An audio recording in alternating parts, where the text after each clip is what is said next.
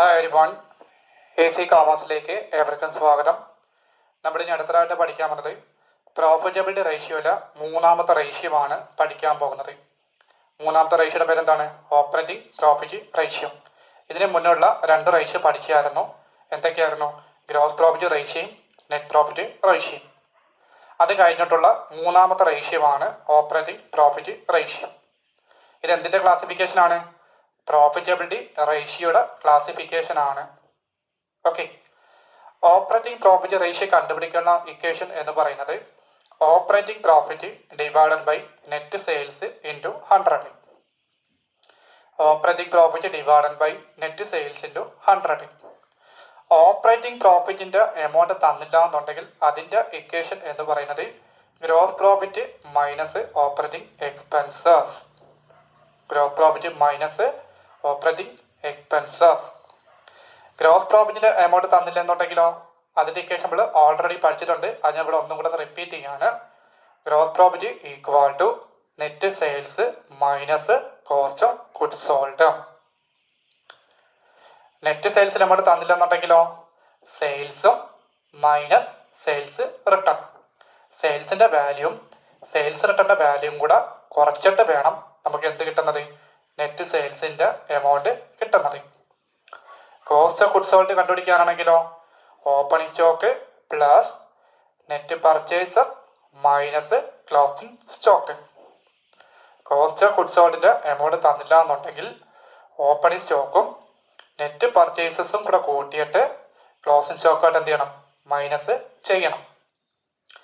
Net പർച്ചേസിന് amount തന്നില്ല എന്നുണ്ടെങ്കിലോ net sales പറയുന്ന പോലെ തന്നെയാണ് നെറ്റ് പർച്ചേസ്. ആ വാക്ക് തന്നെ മാറ്റിയാൽ പോരെ. Purchases minus purchase return. പർച്ചേസിൻ്റെ എമൗണ്ടും പർച്ചേസ് റിട്ടേണിൻ്റെ എമൗണ്ടും കൂടെ കുറയ്ക്കുമ്പോൾ നമുക്ക് എന്ത് കിട്ടും? നെറ്റ് പർച്ചേസസ് കിട്ടും. അപ്പം ഇത്രയേ ഉള്ളൂ. ഓക്കെ, ഇനി ഓപ്പറേറ്റിംഗ് എക്സ്പെൻസസിന് എമൗണ്ട് തന്നില്ലെന്നുണ്ടെങ്കിലോ അതിൻ്റെ ഇക്വേഷൻ പറയുന്നത് 3 എക്സ്പെൻസും കൂടെ ആഡ് ചെയ്യുമ്പോഴാണ്. അപ്പോൾ ഏതൊക്കെയാണ് 3 എക്സ്പെൻസ്?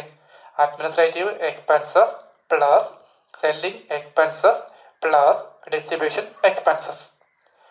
ഓപ്പറേറ്റിംഗ് എക്സ്പെൻസ് പറയുമ്പോൾ 3 എക്സ്പെൻസും കൂടെ ആഡ് ചെയ്യുമ്പോഴാണ്. Administrative expenses, selling expenses and distribution expenses. അപ്പോൾ എത്ര മനസ്സിലാലോ? അപ്പോൾ ഓപ്പറേറ്റിംഗ് പ്രോഫിറ്റ് കണ്ടുപിടിക്കണമെങ്കിൽ നമ്മൾ കണ്ടുപിടിക്കുന്ന ഗ്രോസ് പ്രോഫിറ്റും ഓപ്പറേറ്റിംഗ് എക്സ്പെൻസും രണ്ടും കൂടെ ചെയ്യണം, മൈനസ് ചെയ്യണം. അപ്പോൾ നമുക്ക് എന്ത് കിട്ടും? ഓപ്പറേറ്റിംഗ് പ്രോഫിറ്റ് കിട്ടും. നമുക്ക് അതിലൊരു പ്രോബ്ലം നോക്കാം. സെയിൽസ് റവന്യൂ എന്ന് പറഞ്ഞാൽ 10 ലക്ഷം, സെയിൽസ് റിട്ടേൺ എന്ന് പറഞ്ഞാൽ 50,000, cost of goods sold 6 lakh, administrative expenses 70,000, selling and distribution expenses 30,000. ഇത്രയും വെച്ചുകൊണ്ട് കാൽക്കുലേറ്റ് ഓപ്പറേറ്റിംഗ് പ്രോഫിറ്റ് റേഷ്യോ. അപ്പം എന്താ പറയുക? തന്നിരിക്കുന്ന ഓരോ ഐറ്റംസ് വെച്ചുകൊണ്ട് നമ്മൾ എന്ത് ചെയ്യണം? ഓപ്പറേറ്റിംഗ് പ്രോഫിറ്റ് റേഷ്യോ കണ്ടുപിടിക്കണം.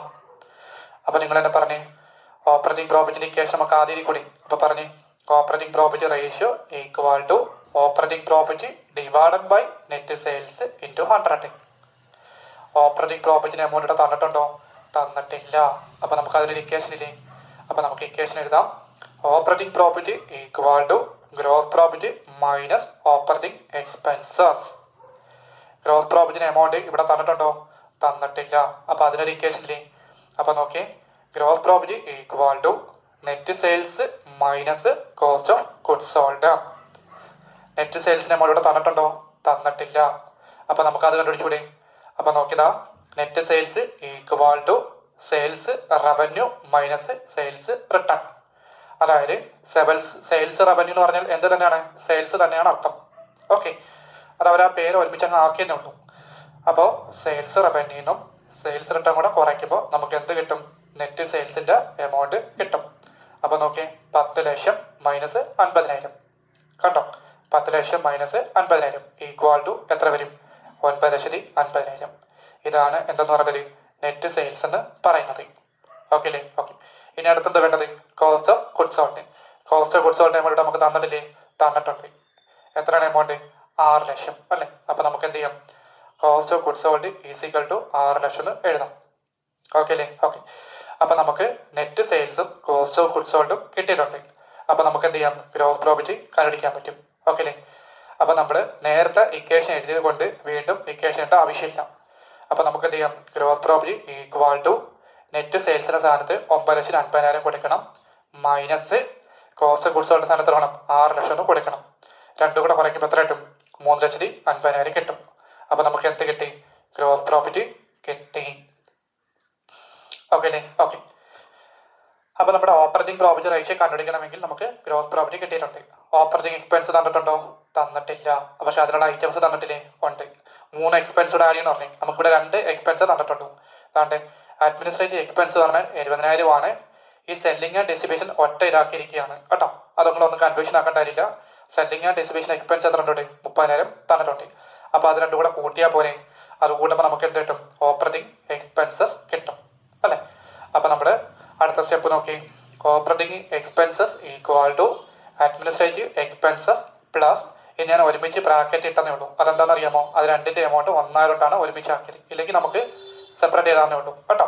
അപ്പോൾ അഡ്മിനിസ്ട്രേറ്റീവ് എക്സ്പെൻസസ് പ്ലസ് രണ്ട് ബ്രാക്കറ്റ് എന്ത് ചെയ്തു, selling expenses plus distribution expenses, രണ്ടിൻ്റെ എമൗണ്ട് ആയതുകൊണ്ടാണ് അവർ ഒരുമിച്ച് ആക്കിയത് കേട്ടോ.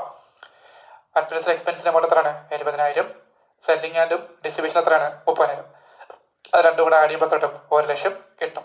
അപ്പോൾ നമുക്ക് എന്ത് കിട്ടി, ഓപ്പറേറ്റിംഗ് എക്സ്പെൻസസ് കിട്ടി. ഓക്കെ അല്ലേ. അപ്പോൾ നമുക്ക് നേരിടെ പോകാം ഓപ്പറേറ്റിംഗ് പ്രോഫിറ്റ് പോയി കൂടെ. അപ്പോൾ നമ്മൾ ഓൾറെഡി ഇക്വേഷൻ എഴുതിയതുകൊണ്ട് രണ്ടാമത് ഇക്വേഷൻ ആയിട്ട് ആവശ്യമില്ല. നമുക്ക് എന്ത് ചെയ്യാം, വാല്യൂ റീപ്ലേസ് ചെയ്താൽ മതി. അപ്പോൾ ഗ്രോസ് പ്രോഫിറ്റിൻ്റെ സ്ഥാനത്ത് എത്ര എടുക്കണം, 3,50,000 കൊടുക്കണം. ഓപ്പറേറ്റിംഗ് എക്സ്പെൻസ് സ്ഥാനത്ത് തുടങ്ങണം 1 ലക്ഷം കൊടുക്കണം അല്ലേ. അപ്പോൾ നോക്കി, operating profit equal to 3,50,000 minus 1 lakh equal to എത്ര കിട്ടും, 2,50,000 കിട്ടും. അപ്പോൾ നമുക്ക് എന്ത് കിട്ടി, ഓപ്പറേറ്റിംഗ് പ്രോഫിറ്റ് കിട്ടി. ഓക്കെ അല്ലേ. ഓക്കെ. ഇനി നമുക്ക് നേരെ പോകാം ഫൈനൽ ഇക്വേഷനിലേക്ക് പോകാം അല്ലേ. അപ്പോൾ അതിൻ്റെ ഇക്വേഷൻ ഇവിടെ ഓൾറെഡി ഇട്ടുണ്ട്, ആ വാല്യൂ റീപ്ലേസ് ചെയ്താൽ പോലെ. അപ്പോൾ നിങ്ങൾ പറഞ്ഞു operating profit ratio equal to operating profit divided by net sales അല്ലേ. അപ്പോൾ ഓപ്പറേറ്റിംഗ് പ്രോഫിറ്റ് നമുക്ക് എത്ര കിട്ടി, 2,50,000. അപ്പോൾ 2,50,000 ഡിവൈഡഡ് ബൈ നെറ്റ് സെയിൽസ് നമുക്ക് എത്ര കിട്ടിയായിരുന്നു, 9,50,000 അല്ലേ. അപ്പോൾ എന്ത് ചെയ്യണം, താഴെ 9,50,000 കൊടുത്തു ഇൻറ്റു 100. അപ്പോൾ എന്ത് ചെയ്യണം, രണ്ടും കൂടെ ഡിവൈഡ് ചെയ്തിട്ട് ആ കിട്ടിയ വാല്യൂന് 100 കൊണ്ട് മൾട്ടിപ്ലൈ ചെയ്യണം. അപ്പോൾ നമുക്ക് എത്ര ആൻസർ, 26.31% കിട്ടും കേട്ടല്ലോ. ഇത്ര ഉള്ളൂ. അപ്പോൾ ഇക്വേഷൻസ് നല്ലപോലെ കാണാൻ പഠിക്കണം. നമ്മൾ ആദ്യം ഒരു ഇക്വേഷൻ ചെയ്യുമ്പോൾ ആ ഇക്വേഷൻ്റെ വീണ്ടും ഡെറൈവില് താഴേക്ക് പോകും. അതാണ് ഇത്രയും സ്റ്റെപ്പ് കൂടി വരുന്നത്. കണ്ടോ, വളരെ സിമ്പിളാണ്. നല്ലപോലെ മനസ്സിലാക്കി പഠിച്ചു വെച്ചാൽ മതി. ഇക്വേഷൻസ് ഫുള്ള് കാണാപ്പെടാതിരിക്കണം എന്നുള്ളൂ, മനപ്പാടാക്കണം. അപ്പോൾ നമ്മുടെ ആ ഇക്വേഷൻ്റെ പ്രോബ്ലം കഴിഞ്ഞിരിക്കുകയാണ്. ഇനി 4ാമത്തെ റേഷ്യോ എന്ന് പറയുന്നത് റിട്ടേൺ ഓൺ ഇൻവെസ്റ്റ്മെൻ്റ് ആണ്. അതിൻ്റെ ഷോർട്ട് ഫോം ആണ് ROI. അപ്പോൾ അതിൻ്റെ ഇക്വേഷൻ നിങ്ങളെന്ത് പറഞ്ഞേ, ROI is equal to net profit divided by investment cost into 100. നിങ്ങൾ എപ്പോഴും ഓർക്കണം, ഈ നെറ്റ് പ്രോഫിറ്റ് എന്ന് പറയുന്നത് എപ്പോഴും എന്തായിരിക്കണം, ആഫ്റ്റർ ആയിരിക്കണം. ബിഫോറും വന്നു കഴിഞ്ഞാൽ ടാക്സും കൂടെ വേണം. അപ്പോൾ രണ്ടും കൂടെ മൈനസ് ഇട്ടിട്ട് വേണം എന്താക്കാൻ, ആഫ്റ്റർ ആക്കേണ്ടത്. എപ്പോഴും ഓർക്കുക കേട്ടോ. അപ്പോൾ ഇവിടെ നെറ്റ് പ്രോഫിറ്റ് മീൻസ് പറഞ്ഞിട്ടാണ് ആഫ്റ്റർ ആണ്, അത് അസ്യൂം ചെയ്യാം. അപ്പോൾ ഇക്വേഷൻ പറഞ്ഞേ, return on investment equal to net profit divided by investment cost into 100. വേണമെങ്കിൽ വേറൊരു ഇക്വേഷൻ കൂടെ പറയാം, operating net profit divided by capital employed into 100. അപ്പോൾ ഏത് ചോദിച്ചാലും ഒരു ആൻസർ ആണ്. ഓക്കെ അല്ലേ. അപ്പോൾ നിങ്ങളുടെ ക്വസ്റ്റ്യനകത്ത് നോക്കണം എന്താണ് എടുത്തു പറയുന്നത്, അതനുസരിച്ച് വേണം ഈ രണ്ടിൽ ഏതെങ്കിലും ഒരു ഇക്വേഷൻ നോക്കേണ്ടത്. ഓക്കെ അല്ലേ. അപ്പോൾ റിട്ടേൺ ഓൺ ഇൻവെസ്റ്റ്മെൻറ്റ് ഇക്വേഷൻ മനസ്സിലായല്ലോ, net profit divided by investment cost into 100. അല്ലെങ്കിലോ operating net profit divided by capital employed into 100. Okay അല്ലേ. ഓക്കെ. അപ്പോൾ നമുക്ക് അതിൻ്റെ ഒരു പ്രോബ്ലം നോക്കാം. ഇനിഷ്യൽ ഇൻവെസ്റ്റ്മെൻറ്റ് എന്ന് പറഞ്ഞാൽ 5 ലക്ഷമാണ്. നെറ്റ് പ്രോഫിറ്റ് ആഫ്റ്റർ 1 ഇയർ, അതായത് 1 വർഷം ശേഷമുള്ള നെറ്റ് പ്രോഫിറ്റ് എന്ന് പറഞ്ഞാൽ 75,000 ആണ്. കാൽക്കുലേറ്റ് ROI മീൻസ് ഇതാണ് റിട്ടേൺ ഓൺ ഇൻവെസ്റ്റ്മെൻറ്റ്. അപ്പോൾ ഈ 2 ഐറ്റം തന്നിട്ടില്ലേ. അപ്പോൾ ഈ 2 ഐറ്റം തന്നാൽ ഇതിലേത് നമുക്ക് എടുക്കുന്നത്, ഒന്നാമത്തെയാണോ രണ്ടാമത്തെയാണോ, ഒന്നാമത്തതാണ് അല്ലേ. അതെങ്ങനെ മനസ്സിലായി, നെറ്റ് പ്രോഫിറ്റ് ക്വസ്റ്റ്യനിൽ പറയുന്നുണ്ട്. ഇൻവെസ്റ്റ്മെൻറ്റ് എന്ന് പറയുന്നത് ഇതാണ്ട് ഇനീഷ്യൽ ഇൻവെസ്റ്റ്മെൻറ്റ് കണ്ടോ. അപ്പോൾ അത് രണ്ടും കണ്ടു കഴിഞ്ഞാൽ അതേതാന്ന് പറയാം, ആദ്യത്തെ ഇക്വേഷൻ ആണെന്ന് പറയാം. ഇനി അതല്ലെന്നുണ്ടെങ്കിലോ ക്യാപിറ്റൽ എംപ്ലോയിഡും ഓപ്പറേറ്റിംഗ് നെറ്റ് പ്രോഫിറ്റ് പറയുകയാണെങ്കിൽ അത് രണ്ടാമത്തെ ഇക്വേഷൻ എടുക്കണം. ഓക്കെ. ഇനിയിപ്പോൾ നമുക്ക് ഈ ക്വസ്റ്റ്യനിൽ പറഞ്ഞിരിക്കുന്നത് ഒന്നാമത്തെ ഇക്വേഷൻ്റെ കാര്യമാണ്. ഓക്കെ അല്ലേ. ഓക്കെ. അപ്പോൾ നിങ്ങളുടെ ഇക്വേഷൻ പറഞ്ഞു ROI equal to net profit divided by investment cost into 100. Okay അല്ലേ? ഓക്കെ. അപ്പോൾ നെറ്റ് പ്രോഫിറ്റ് ആഫ്റ്റർ 1 ഇയർ എന്ന് പറയുമ്പോൾ എത്ര എന്നറിയുന്നത് 75,000 അല്ലേ? ഇൻവെസ്റ്റ്മെന്റ് കോസ്റ്റ് എത്രയാണ് 5 ലക്ഷമാണ്. അപ്പോൾ നമുക്ക് എന്ത് ചെയ്യാം? 75,000 ഡിവൈഡഡ് ബൈ 5 ലക്ഷം ഇൻറ്റു 100. 75,000 5 ലക്ഷം കൂടെ എന്ത് ചെയ്യണം? ഡിവൈഡ് ചെയ്യണം. അതുമായിട്ട് എന്ത് ചെയ്യണം? 100 കൊണ്ട് മൾട്ടിപ്ലൈ ചെയ്യണം. അപ്പോൾ എത്ര കിട്ടും? 15 കിട്ടും. എന്നിട്ട് ശതമാനം കൂടെ ചേർക്കുക. അപ്പോൾ ആൻസർ 15% കിട്ടി. കണ്ടല്ലോ? ഓക്കെ.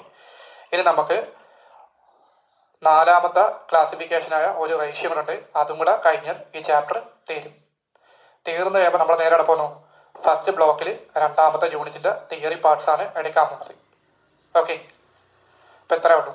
പിന്നെ ഇംഗ്ലീഷിൽ പഠിക്കാൻ പ്രയാസമുള്ളവർ മലയാളത്തിൽ എന്ത് ചെയ്യണം? നല്ലപോലെ പഠിച്ചു വെക്കുക. ഓക്കെ. മറന്നു പോകുന്നവരാണെങ്കിൽ ചെയ്യണം? എഴുതി പഠിക്കണം. പോയിന്റ് നല്ലപോലെ മനസ്സിലാക്കി വെക്കുക. അത് മനസ്സിലായതിനു ശേഷം എന്ത് ചെയ്യണം? അതിൽ എക്സ്പ്ലനേഷൻ ഒന്ന് അണ്ടർസ്റ്റാൻഡ് ചെയ്യിക്കുക കേട്ടോ. പോയിന്റ് നല്ലപോലെ കാണാൻ പഠിച്ചാൽ മതി. അത് കിട്ടിക്കഴിഞ്ഞാൽ നമുക്ക് എന്ത് ചെയ്യാൻ പറ്റും? അത് വെച്ചോടെ നമുക്ക് എക്സ്പ്രഷൻ എന്ത് ചെയ്യാം? ഓൺ പേഴ്സണൊക്കെ എഴുതാനുള്ള കാര്യങ്ങളേ ഉള്ളൂ. അത് പ്രത്യേകം ഞാൻ നേരത്തെ സൂചിപ്പിക്കുകയാണ്. ഓക്കെ. പിന്നെ ഇക്വേഷൻസ് പ്രോബ്ലംസ് എന്ത് ചെയ്യണം? നല്ലപോലെ കാണാൻ പഠിക്കുക. ഒരു പേപ്പറിനത് എല്ലാത്തിനും ഇക്വേഷൻ ഒന്ന് എഴുതി വെക്കണം. ഡെറിവേഷൻ ഉണ്ടെങ്കിൽ എന്ത് ചെയ്യണം? ഡ്രൈവ് പോകണം. ഡെറിവേഷൻ എന്ന് പറഞ്ഞാൽ എന്താണ്? ഇതാ ഉദ്ദേശിക്കുന്നത് ഡ്രൈവ് കേട്ടോ. നമ്മൾ എടുത്തെടുത്തത് പോലെ അതാണ് സ്പ്ലിറ്റ് ചെയ്ത് പോകുന്നത്. ഓക്കെ. അപ്പോൾ എന്തെങ്കിലും ഡൗട്ട്സ് ഉണ്ടെങ്കിൽ എന്ത് ചെയ്യുക? ചോദിക്കുക. Thank you.